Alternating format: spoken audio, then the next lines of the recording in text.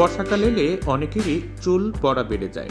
এ সময় চুলের গোড়ায় খুশকি কিংবা ফাঙ্গাল ইনফেকশনের মতো সমস্যাও বেশি দেখা যায়।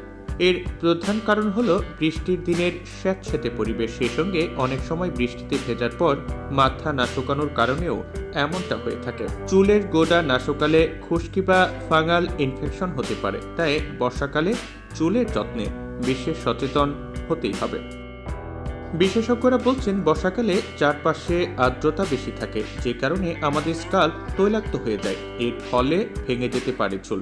আবার এই আর্দ্রতার কারণে চুলে খুশকি ও ব্যাকটেরিয়া বৃদ্ধি পায়। এছাড়া চুল পড়ার আছে আরও কিছু কারণ, তার মধ্যে একটি হলো পুষ্টির অভাব বা পাকস্থলীর সমস্যা।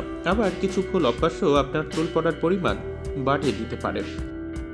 বর্ষাকালে বৃষ্টি হবে, এটাই স্বাভাবিক, তবে এ সময় বৃষ্টির পানিতে ভেজা এড়িয়ে চলতে হবে। কখনো ভিজলেও আবার বাড়িতে গোসল করতে হবে। বলা হয় যে একসময় বৃষ্টির পানি আমাদের জন্য উপকারী ছিল, তবে বর্তমানে দূষণ বৃদ্ধি পাওয়ার ফলে এই পানির উপকারিতা অনেকটাই কমে গেছে। তাই বৃষ্টিতে ভিজলেও আবার গোসল করে নিতে হবে, এতে চুলের ক্ষতি হওয়া থেকে রক্ষা পাবেন। বর্ষাকালে চুলে খুশকির সমস্যা বেড়ে যায় অনেকটাই। এ সময় চুলকে খুশকি থেকে রক্ষা করার জন্য সচেতন হতে হবে আপনাকে।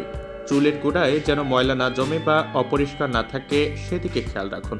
এ সময় ব্যাকটেরিয়ার সংক্রমণ বেড়ে যায়, তাই প্রতিদিন চুল পরিষ্কার পানিতে দিয়ে ধোয়া প্রয়োজন। সেই সঙ্গে চিরুনিও পরিষ্কার রাখতে হবে। দিনে 2 বার চুল আঁচড়াবেন। হেলমেট ব্যবহার করলে তার নিচে একটি সুতির রুমাল ব্যবহার করবেন।